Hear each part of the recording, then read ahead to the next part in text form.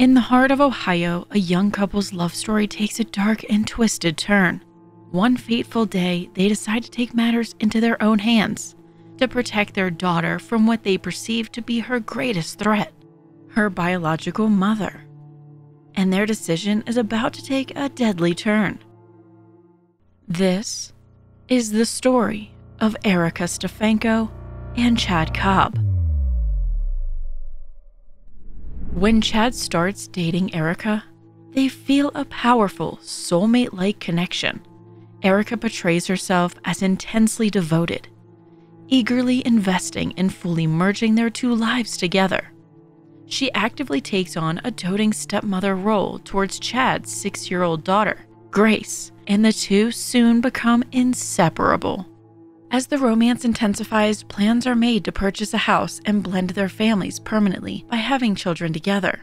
Erica prepares to handle childcare and household duties full-time, enabling Chad's continual focus on his prospering cable company as the family breadwinner. Things feel smooth during Erica's pregnancy with their first child, both overjoyed at starting this new chapter until the custody battle abruptly erupts with Chad's ex, driving an emotional wedge between them. Initially, Chad tries shielding Erica from the ugly court issues, not wanting the stress to threaten her pregnancy. However, Erica insists on attending every hearing in support. She is depicted as utterly doting with their babies once born, seemingly living solely for the children now. Overall, the initial years are painted as blissfully happy despite the custody turmoil churning beneath. Their marriage is passionate and highly affectionate, with the two remaining intensely bonded right until the final fateful days when everything spins violently off course, heading towards the tragedy soon to follow. Chad's daughter Grace is from a past relationship.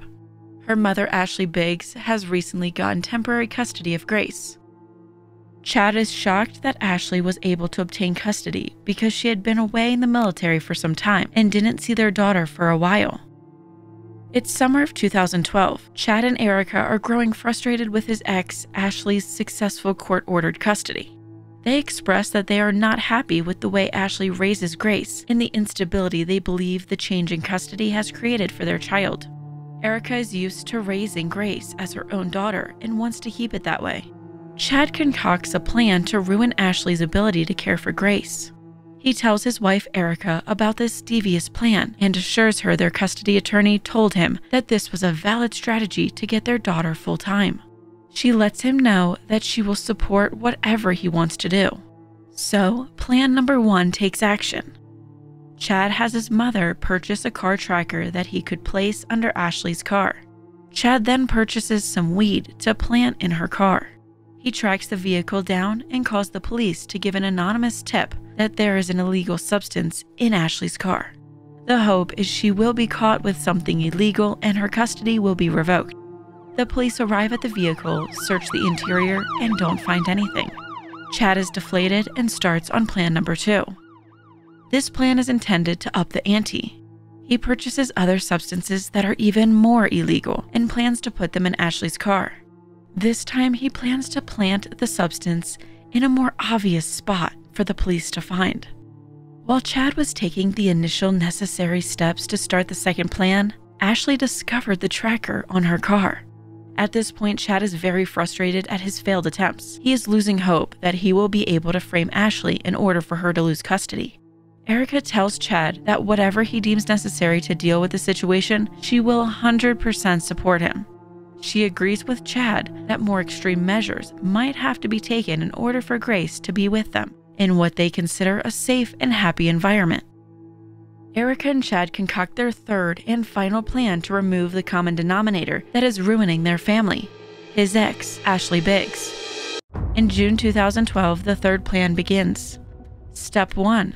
Chad drives to meet Erica and the children at his father's company parking lot. Step 2. Chad gets into the passenger seat of the SUV with Erica driving and the 4 children in the back seat. Step 3. They all drive to the Domino's Pizza location where Ashley works. Step 4. Find Ashley's car parked at the pizza place to ensure she is on duty that night. Step 5. Drive past the Domino's to the nearby office building parking lot. Step 6. Erica calls the Domino's and orders a pizza, half mushroom and half pepperoni. This pizza will be delivered to the back door at the office building parking lot.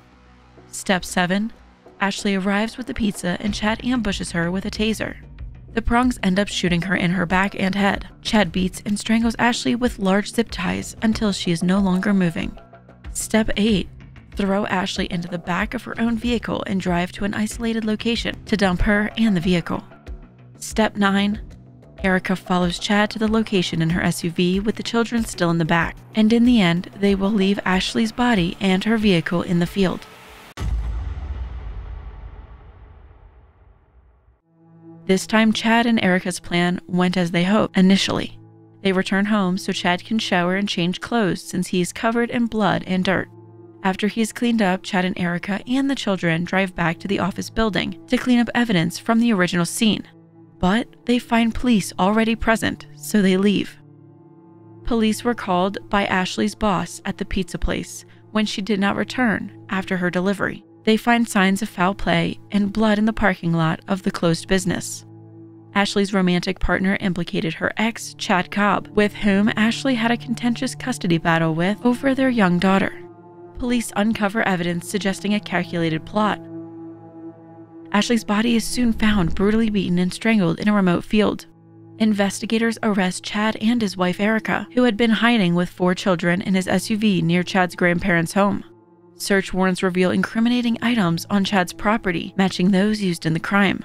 There was a history of past domestic violence by Chad towards Ashley when they briefly lived together, as her family attested seeing bruises. The brutal crime coincides with Ashley recently gaining full custody of their daughter. Chad pleads guilty to the crimes.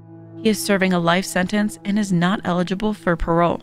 Police suspect Chad's wife Erica is the female who placed the fateful pizza delivery call luring out Ashley. At Chad's home, they find receipts showing the purchase of prepaid phone cards used around the time of the crime. Surveillance footage puts Chad, Erica, and their children together at the store. However, lacking concrete evidence tying Erica to the crime, police persist in hopes she will slip up. Once Chad was arrested, it was agreed on that Chad would take the fall for the crimes so Erica could continue to care for their children, since the whole point of the crime was to gain custody of Grace back from Ashley. And now that she is gone, the couple's wish comes true. A few months later, while Chad is in prison, Erica moves in with Chad's childhood friend, Mike Stefanko. Mike and Erica have been seeing each other for a period of time and are taking their relationship to the next level. They end up marrying in 2015, have a child together, and raise all the children in Chad's previous home. Years later in prison, a bitter Chad retaliates against his now ex-wife Erica by sending detectives a letter stating she's the mastermind behind everything. Chad claims Erica specifically made the call and drove him to the location that night.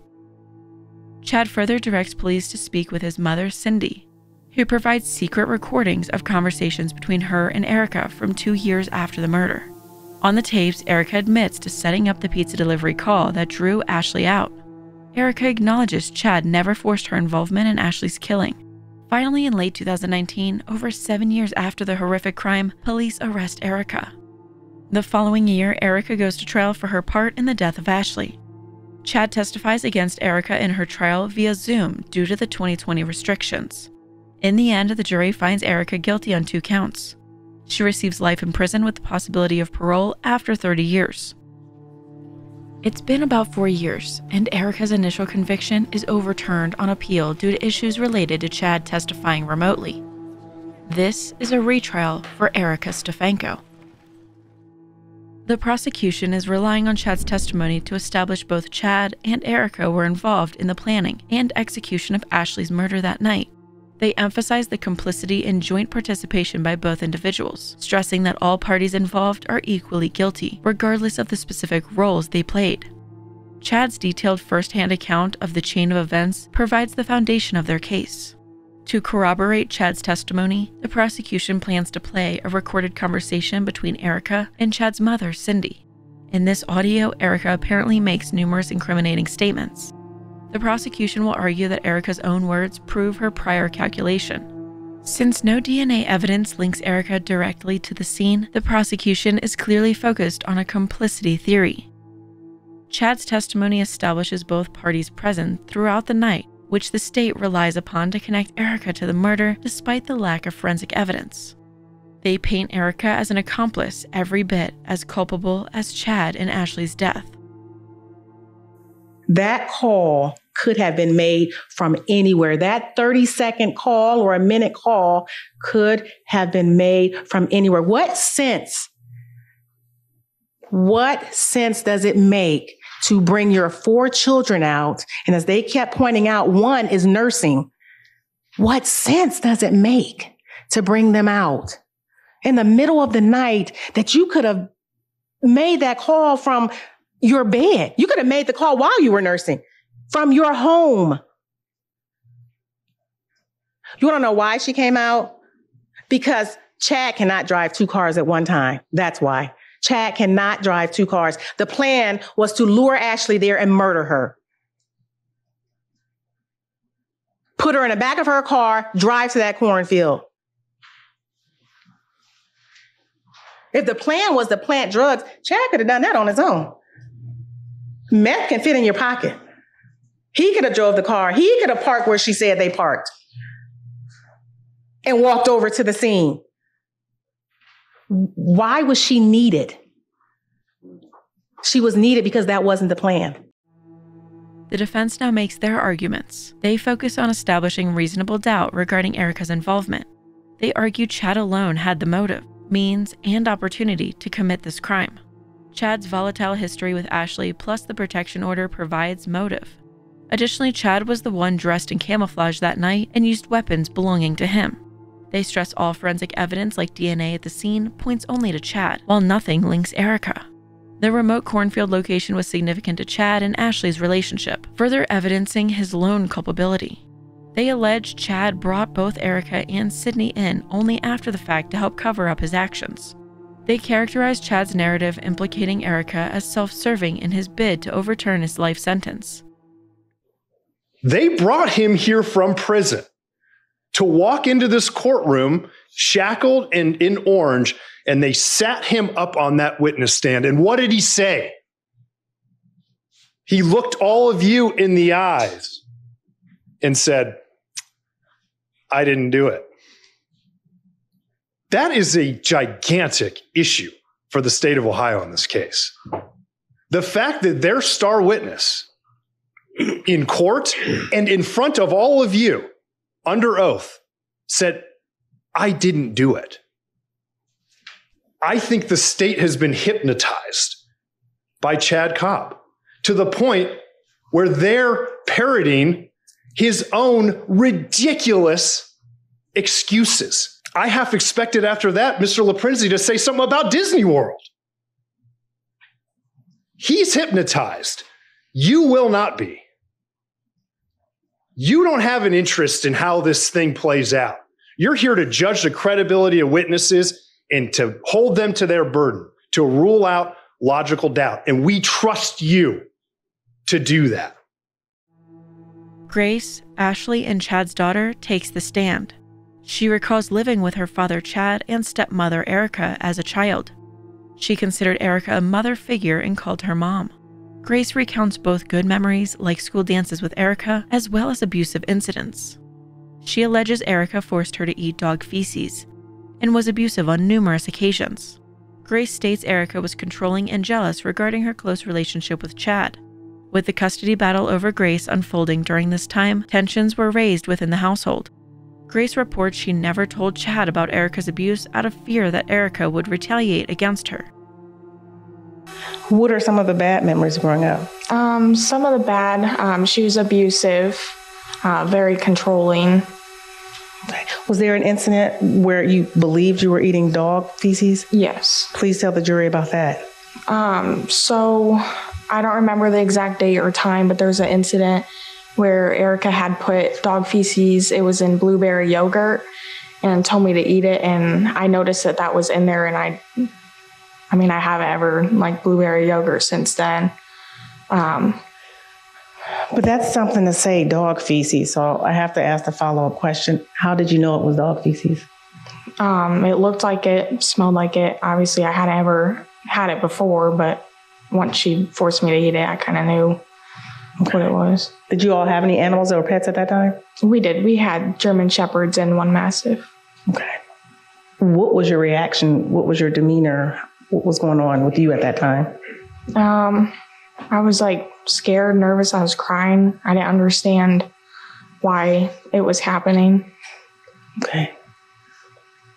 Were there any times you got in trouble for hugging or being around your dad or close to your dad too much? I know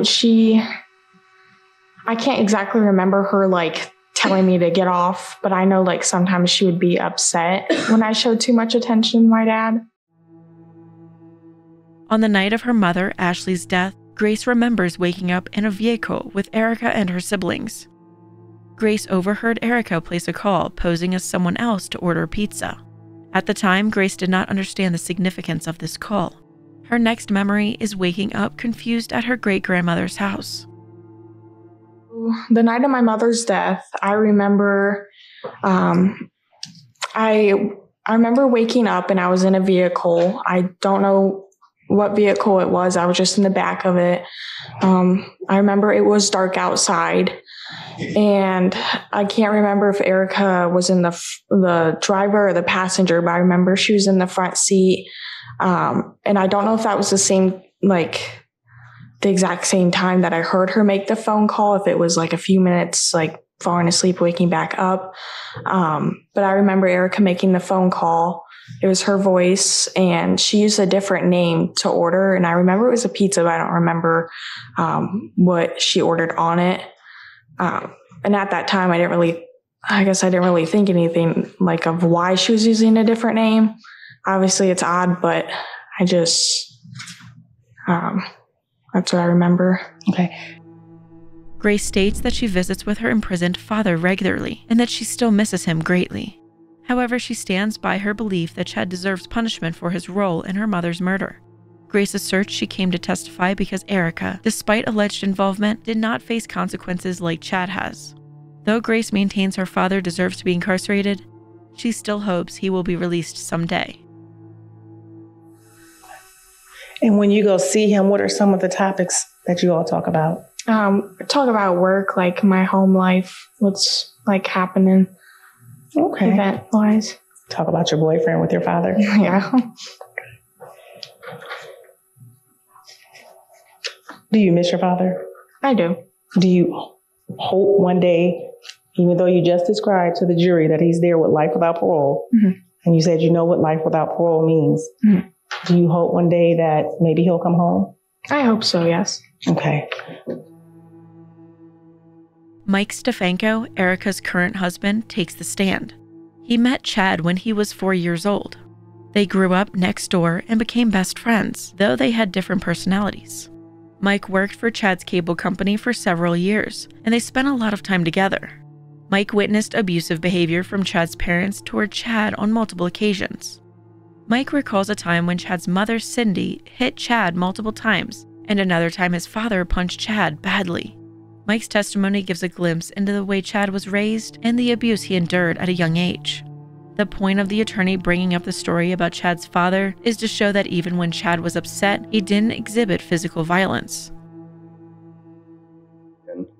And upon driving home, I can't recall exactly what Chad said, but out of the blue, Cindy swung around and backhanded him right in the mouth.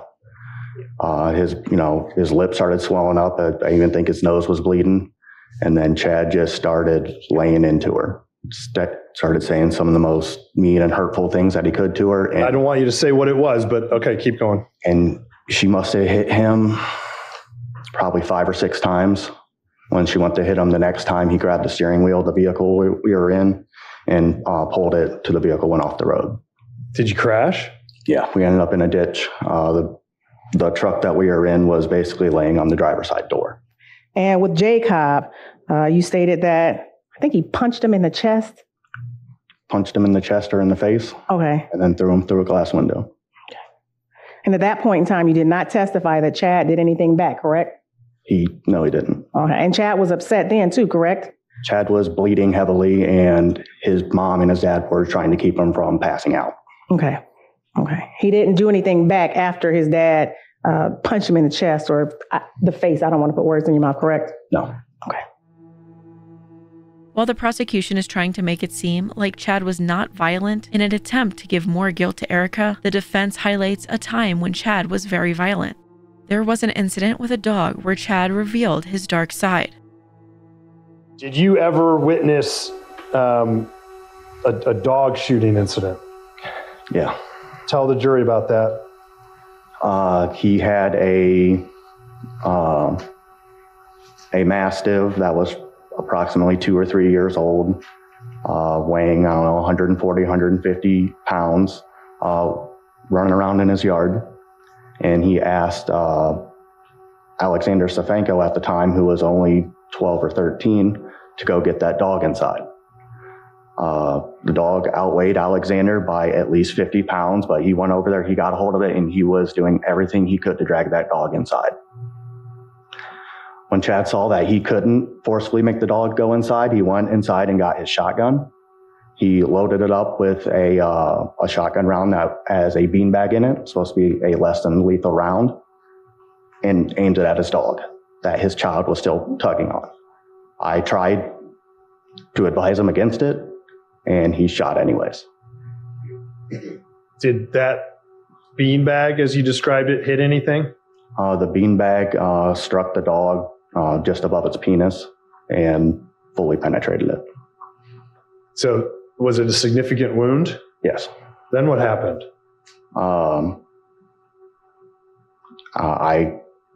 After watching him fish the what he could of the shell out of the dog's wound, he collected the dog and I believe he took it to the vet. Do you know what vet he went to? I'm not positive.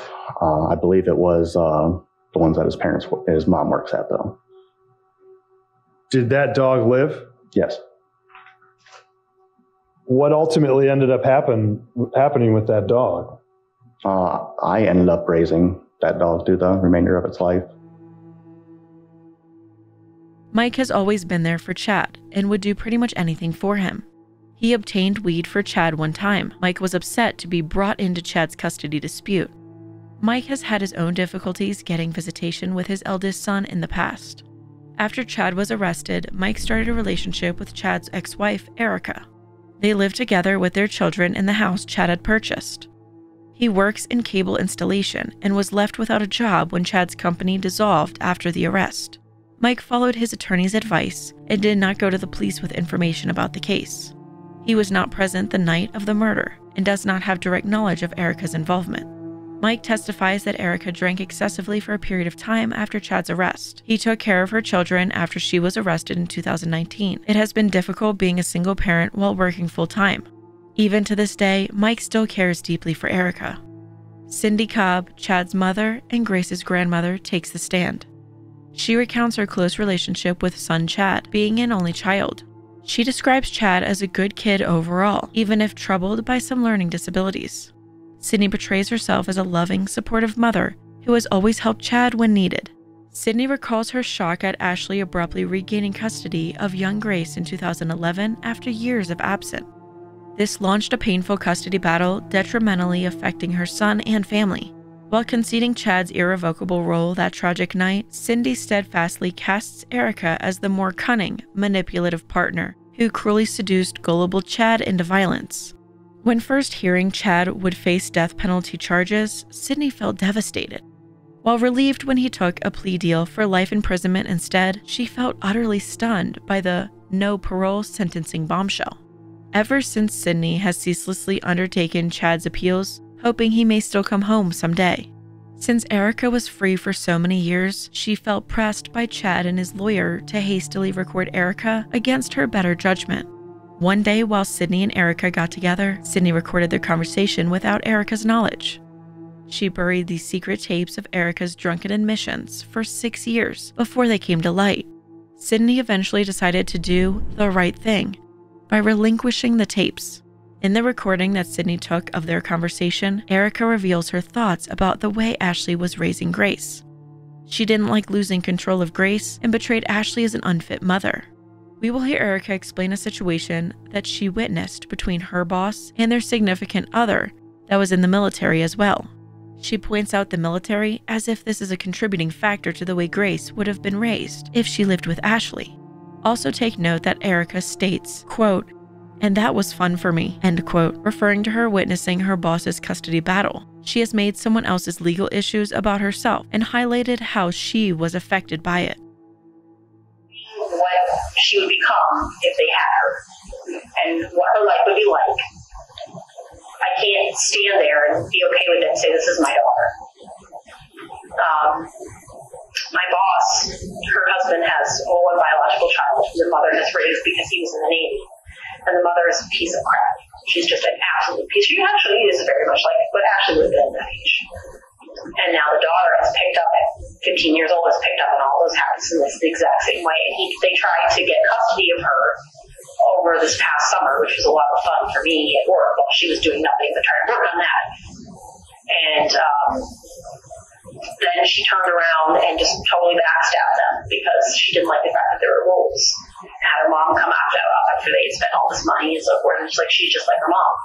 There's nothing you can do for her at this point. And that would have been Grace. Now Grace has a chance at life. She has a chance at being a person with a life. Erica continues divulging more in the recordings. She tells Sydney that she was always going to support Chad and whatever decisions he made. She alluded to the fact that there was only one way to deal with what she refers to as the Ashley situation. This opened the door for Chad to go through with the plans to remove Ashley from their lives and do so with a supportive wife. Erica believed that Chad could get away with anything since he has gotten away with other illegal acts throughout his life.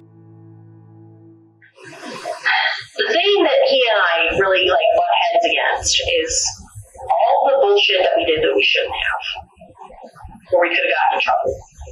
There was always something that I would say to him, which I said to him repeatedly, whether he remembers or not, with the Ashley situation. You know what you can do and what you can't. If this is something that you think you can do, then I'm okay with it and I agree with it. If you can't do it, then obviously you shouldn't do it. And I always threw the ball back in his court. I don't think those are the exact words that I used that night because we already have been over that so many times. We would fight about it. I'm like, this is the only way the situation is going to go away. And I feel like he really felt, I didn't know that at the time, but he really felt pressured by me to do something about it. Because I felt like he was the only person that could potentially do something about it. And he didn't tell me I can't do it. If he had said I can't do it, then he never would have proceeded. If he had said I can't do this is something that I can't do, there's no way in hell I would have been go forward with it. I foolishly threw the ball in his court, let him make the determination as to whether he was capable to do something that I should have had the good sense to know you just don't ever try to do. So that's when I'm like, I will admit my fault in that. It's like, yeah, I should have at that point said, this is too risky. That point, whatever percent, is too much. Because I just see him get away with so much crazy shit that I thought he could get away with anything. Interestingly, the defense argues this piece of recording was referring to the time they tried to plant substances in Ashley's vehicle and frame her for being in possession. However, the prosecution highlights there is no way this is referring to anything other than the ultimate plan number 3 that they successfully executed. Erica outright told Sydney in the recording that she has no remorse and doesn't feel bad for Ashley at all. She again feels bad only for herself and her family. She says she would take it back if she could, but not for Ashley's sake, just her own. And do I feel bad about what happened to her? Not really. Do I feel bad about what happened to everybody else? Absolutely. Would I take it back if I could? Yes, I would. Because he asked me that. It's like, you don't even feel bad about what happened to her? And I'm not going to lie, I don't. I don't. Cindy takes pride in loyally supporting her only child through everything, despite profoundly questioning Erica's actions. Through distressed, vaguely broken ramblings, Cindy pleads a maternal denial that her beloved boy might somehow still come back home. His name cleared, if only Erica would at last face righteous justice. Though realizing Chad sealed his own fate, Sydney seemingly convinces herself that punishing Erica may somehow redeem Chad. Chad, the defendant's ex-husband, takes the stand. He recounts meeting Ashley at a skating rink and having an on and off again relationship. Chad portrays her as unreliable and uninterested in parenting their young daughter, Grace. Chad then began dating Erica while struggling as a single father, before their relationship grew serious and they married. Chad depicts Erica as a loving mom who helped fill the maternal void left by Ashley, though admitting some marital tensions surfaced during the painful custody battle after Ashley returned. Chad maintains he never saw Erica abuse Grace. The night Ashley died, Chad remembers receiving confusing, static-filled calls from Erica, instructing him to urgently contact Mike for unknown reasons. After Erica later picked him up, Chad willingly accompanied her despite sensing something gravely wrong unfolding. He recounts in court what happened the night of Ashley's death. Erica was in the driver's seat. I was in the passenger seat. The boys and girls were in the back. I don't remember where they were. Is that a 2 or a 3-row SUV? 3. And you come to Akron, Summit County, Akron. You said you go to Ashley's job. Correct. How did you know where Ashley worked? I didn't at the time, but... That's... Okay. You did not know where she worked at the time? I knew she worked at a pizzeria place, but the exact place where she worked, no, ma'am. Okay. But you were able to go to the place she worked at. Is that a fair statement? Yes, I was driven there. Okay. And the action driven, you was driven by the defendant there. Is that a fair statement? Correct. Remember, she called Ashley's place of work to order a pizza. Used another person's name like Jennifer or Katie. Okay. I remember the last name was Mick something. Mm-hmm. And I want to say it was like a half topping. I remember either half pepperoni or half mushroom or half something. I remember her saying working in the back to like keep knocking on the door. And what was Ashley's demeanor when she saw you? She was pretty worked up. Is it fair to say that Ashley did not leave that parking lot alive that night? Yes, ma'am. I ended up driving to a bridge that's close to my family's property. Where was Ashley? At the time when I left the parking lot, she was in her car. In the car you were driving? Yes, ma'am. Was that in the back seat? Yes, ma'am. In the back seat on the floor? Yes, ma'am. After you dropped the car off, Ashley's deceased body was still in the back seat. Is that a fair statement in between the seats? Yes, ma'am. Okay. What did you do? I'm sorry. After you dropped the car off, where did you go or what did you do? I ended up walking back towards the headlights, the Lincoln. And you walked back towards the headlights of the Lincoln. It was still there waiting for you? Yes, ma'am. Okay. The defendant in the driver's seat, children in the back? Correct. Describe your person, your body.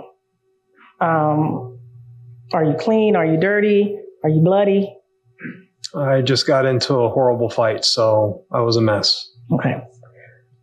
Was that visible on your person? It would have had to have been. Okay.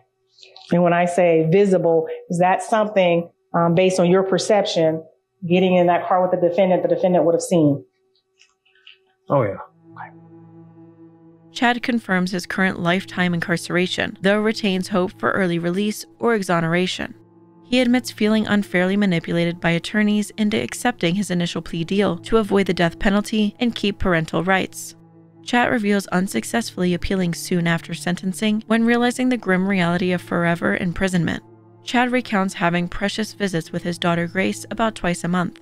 His daughter misses him and does not seem to hold any animosity toward him for what he did to her mother. Erica Stefanko now takes the stand. She did not take the stand in her first trial, so this is the first time we hear her perspective and reasons for her actions. Erica was known for abusing her stepdaughter, Grace, due to jealousy over the relationship Grace had with her father, Chad. Erica feels that Grace is never punished because Chad is too lax on her, so she believed it was her job to take on the responsibility to discipline Grace. She is quick to point out that Grace is the favorite, which highlights Erica's jealous nature. Erica is questioned by her attorney about the incident with the dog feces. Her attorney makes light of the traumatizing situation in an attempt to minimize the impact it had on 6-year-old Grace. Chad had 3 children, correct? 3, possibly 4, but he had 3 children, correct? Correct. if you had to name one as his favorite, who would it be? Grace. Why do you say that? He singled her out for special activities. He was the least harsh with her on discipline. Could it be because that was his first child, acknowledged child? Yeah. Could it be that there was just those two for quite a while, right? Yeah. Okay. There's a story out there about dog poop. Can you explain to the jury what is happening there? So it wasn't dog poop, it was meatloaf. She was probably 4. I'm sorry, I didn't hear you. Can you speak in the microphone? It wasn't dog poop, it was? Meatloaf. Okay, meatloaf. And she was just having a rough day. She was probably 4. And it was dinner time, and she was kind of throwing a tantrum, like, I'm not eating this. This is dog poop. And I said, yes, it is dog poop, and you're still going to eat it. Okay. Well, what does that have to do with blueberry yogurt? Nothing. Okay. Do you know how she believes that it was in blueberry yogurt? The only thing I can think of is that she's sort of mixing that incident up with when she was on like an antibiotic of some kind, and it was in a pill and she couldn't take it. So we split it open and put it in yogurt, and she absolutely was like traumatized by it. It turned out that it had tasted really disgusting. Okay. Like she flipped out. Okay. Did you feed Grace Cobb dog feces? No. How does it make you feel that she, to this day, believes that you did? It breaks my heart. Okay. Erica's attorney spends a lot of time going through the events that related to the substance planting plot in Ashley's car. He focuses on these moments as a way to allow Erica to admit fault to the lesser illegal actions, so she can build trust with the jury for when she denies involvement in Ashley's death. This also gives Erica another answer as to what incidents she was referring to in the secretly recorded audio with her mother-in-law, Cindy. The prosecution questions Erica about the night that she made the phone call to the pizza place. Erica is claiming that the plan that night was to plant the highly illegal substances in Ashley's car, which we know never happened. The attorney questions why Erica had to be physically present to make the fateful call, luring Ashley out. Driving to an office parking lot with Chad and the children late at night was unnecessary if she was truly unaware of the plan.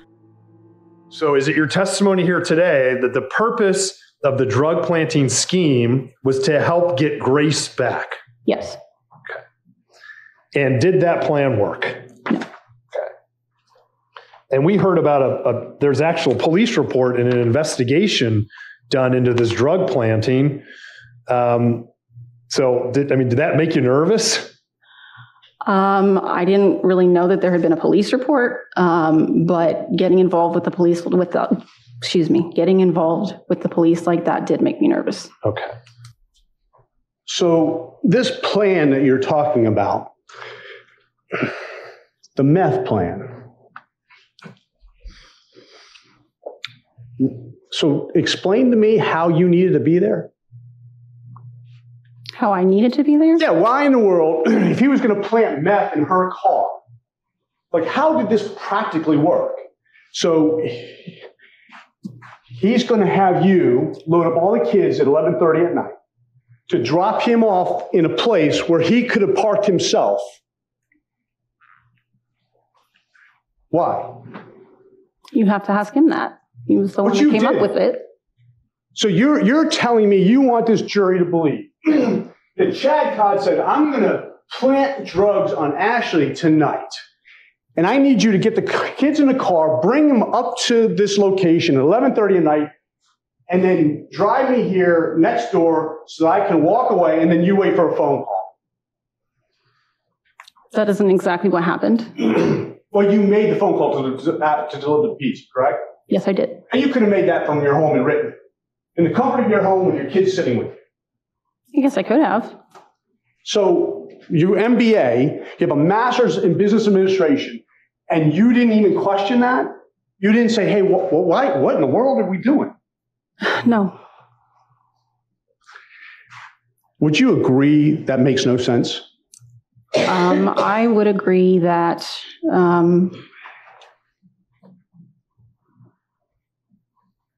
it doesn't make sense. Nothing makes sense. Committing any of those crimes doesn't make sense. Lastly, the attorney questions Erica's hopes for testifying and having a retrial. The ultimate goal is for her to be released and care for her children. The attorney highlights that this could be a possibility if she convinces the jury that the crime was not premeditated, hence why her sole focus is making the horrendous crime seem like an accident. It is interesting to take note that she responds to Chad's fate in jail as being a done deal, and her fate is all that is left. Erica focusing solely on herself and what affects her, and not caring about others, has been a theme throughout this trial. One of the things that, of all the things in this case, that benefits both you and Chad right now, currently, is the premeditation part, correct? I don't think anything benefits Chad now. Well, if it turns out it wasn't premeditated, that could help him, right? No. All right. And it would clearly help you. Fair? Fair. So when you argue and say that Chad never has admitted to a plan to kill Ashley, that's in his benefit, isn't it? I don't think anything is in his benefit at this point. He's done. As we have established, Erica's initial conviction was overturned on appeal before authorities decided to charge her again. At the end of this retrial, the jury acquits Erica of additional charges. Erica is sentenced to life with the possibility of parole after 30 years. Her time already spent in jail from her first trial counts towards her mandatory 30 years. She is essentially right back where she started. So why did Erica target Grace? And what was her end goal? Erica harbors jealousy around the special bond Chad shared with his young daughter, Grace. By various accounts, Grace and her father, Chad, were extremely close, while Erica's own relationship with Grace grew strained and troubled. With the custody battle raging over Grace on top of Chad's devotion towards her, simmering tensions emerged that made Grace an increased target of Erica's controlling tendencies.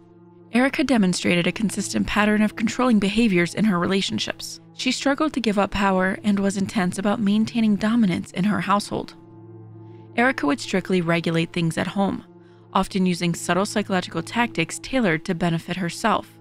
There were ongoing power struggles as she seemed driven by internal urges to keep supreme authority.